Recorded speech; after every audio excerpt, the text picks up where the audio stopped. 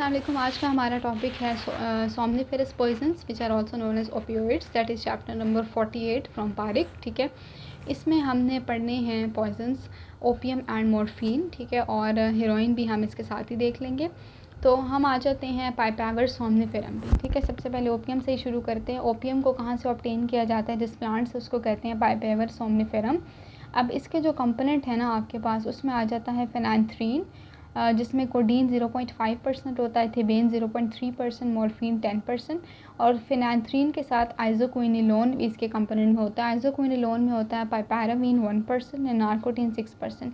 फिर खसखस के जो सीड्स होते हैं वो भी इसी की कैटेगरी में आते हैं। वो क्रीमिश होते हैं और हार्मलेस होते हैं। ठीक है, मॉर्फिन और कोडीन भी इसके कंपोनेंट्स हैं। साइन एंड सिम्टम्स में आ जाते हैं कि अगर वो इंजेस्ट करेंगे तो क्या होगा कि हाफ आवर्स में सिम्टम आएंगे। अगर इंजेक्ट करेंगे तो 3 to 5 मिनट्स में, क्योंकि डायरेक्टली ब्लड के अंदर चला जाएगा।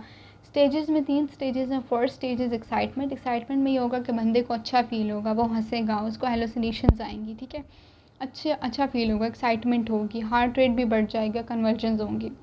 दूसरा स्टेज होता है स्ट्यूपर का। उसमें क्या होता है, बंदे को थकावट होगी, सर में दर्द होगा, उसे लगेगा कि उसका सर जिस्म भारी हो रहा है और सेंसिबिलिटी भी उसकी ख़त्म हो जाएगी। ठीक है, तीसरी स्टेज है नार्कोसिस। उसमें वो डीप कोमा में चला जाएगा, रिफ्लेक्सेस उसके बिल्कुल ख़त्म हो जाएंगे, प्यूपिल्स उसके पिन पॉइंट हो जाएंगे, पल्स उसकी स्लो हो जाएगी, ब्रीदिंग भी कम हो जाएगी।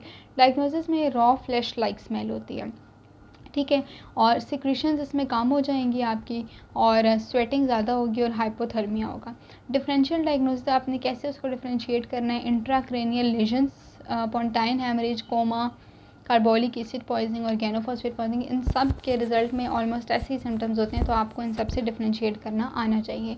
ट्रीटमेंट में आ जाते हैं एमेटिक्स देते हैं। ठीक है, स्टमक वॉश करते हैं टैपेड वाटर के साथ और फिर KMNO4 के साथ, दैट कंटेन्स 1:5000। ठीक है, टी या फिर टैनिक एसिड होता है, चारकोल और वाटर होता है।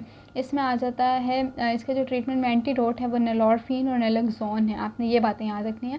नेलोरफिन 40 mg, नेलोक्सोन 10 mg और एंटीबायोटिक्स भी होती हैं। पोस्टमार्टम अपीयरेंसेस में एक्सटर्नल और इंटरनल सिम्टम्स होते हैं।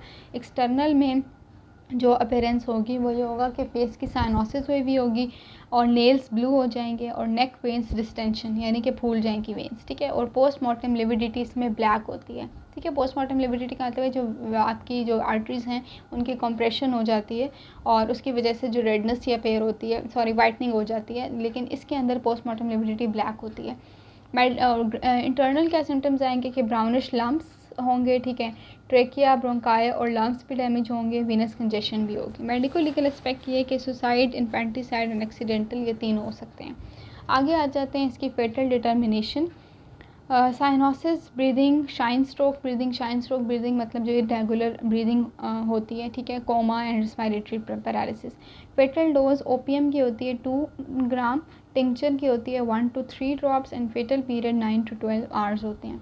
ओपियम एडिक्शन, जिसको मॉर्फिनिज़म कहते हैं या मॉर्फिनोमेनिया कहते हैं। ठीक है, ओपियम की किसी को एडिक्शन हो जाती है तो उसको बहुत खुशी वाली फीलिंग आती है। एक्सट्रीम एक्साइटमेंट की सिचुएशन को फोरेंसिक मेडिसिन में टर्म दिया जाता है, that is known as euphoria. ठीक है, बहुत खुशी वाली फीलिंग आना। टॉलरेंस भी क्रिएट हो जाती है कि आपको अगली बार डोज और ज़्यादा चाहिए होती है for causing same effect. Degeneration 3 किस्म की होती है, physical, mental and moral. Physical degeneration में क्या होता है कि स्किन अल्सरेशन हो जाती है, कॉन्स्टिपेशन होता है, इम्पोर्टेंस एंड स्टेरिलिटी। मेंटल में आपकी मेमोरी ख़त्म हो जाती है, डिप्रेशन हो जाता है, डिमेंशिया हो जाता है। एंड मोरल डिजेनरेशन में वो क्राइम अटेम्प्ट करने की बंदा कोशिश करेगा। ठीक है, हमने ओपियोइड्स कर लिए, इसके साथ ही हम हीरोइन को देख लेते हैं। Heroin that is also known as brown sugar, this is white to dark powder. ठीक है, और ये भी आपको यूफोरिक इफेक्ट देता है, बहुत खुशी वाली फीलिंग आती है, इंसान अपने सारे गम भूल जाता है, इसलिए ये हरकतें करता है। फिर आपके पास स्मैक ब्राउन शुगर है ये। ठीक है, इसे जंक या डॉप भी कहते हैं। फिर आ जाते हैं शूटिंग गैलरी एंड बोटिंग या फूलिंग, ये कुछ टर्म्स हैं जो आपको लाजमी बताने चाहिए। शूटिंग गैलरी उस जगह को कहते हैं जहाँ पे हीरोइन एक्टिविटीज़, सारे लोग मिलके हीरोइन एक्टिविटीज़ करते हैं, परफॉर्म, उसको शूटिंग गैलरी कहते हैं। और बूटिंग या फूलिंग ये प्रोसेस है कि हीरोइन को इंजेक्ट करते हैं वेन के अंदर। ठीक है, थोड़ी सी अमाउंट को इंजेक्ट करते हैं और थोड़ी देर के लिए वेन के अंदर ही रखते हैं ताकि आपका ल्यूमिन बढ़ जाए। ठीक है, ल्यूमिन बढ़ जाए ताकि सब्सिक्वेंट डोज जब उसने डालनी हो हीरोइन की तो वो आसानी से डाल सके। इस प्रोसेस को फूलिंग या बूटिंग कहते हैं। ठीक है, फिर हेरोइन के इफ़ेक्ट्स क्या होते हैं कि हेलुसिनेशंस होती हैं, इल्यूशंस होती हैं और पर्सनालिटी चेंजेस आते हैं।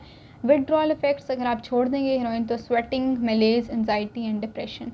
हेरोइन रैपिडली मेटाबोलाइज, ठीक है, आपकी बॉडी में हेरोइन फ़ौरन से मेटाबोलाइज हो जाता है, तो आपको अगर आईवी फॉर एग्जांपल हेरोइन लिया हुआ है तो आपको 1 घंटे के अंदर अंदर उसकी कोई अमाउंट ब्लड में नहीं मिलेगी, वो इतनी जल्दी मेटाबोलाइज हो जाता है। फिर जो हेरोइन के लेवल्स हैं वो आपको लंग्स और ब्रेन के अंदर ज़्यादा मिलते हैं, तो अगर किसी बंदे की डेथ हेरोइन पॉइजनिंग से हुई है तो उसको हम उसके लंग्स और ब्रेन को प्रिजर्व कर लेते हैं ताकि उसके अंदर लेवल्स को डिटेक्ट किया जा सके, ठीक है। This is all about chapter number 48। Thank you so much.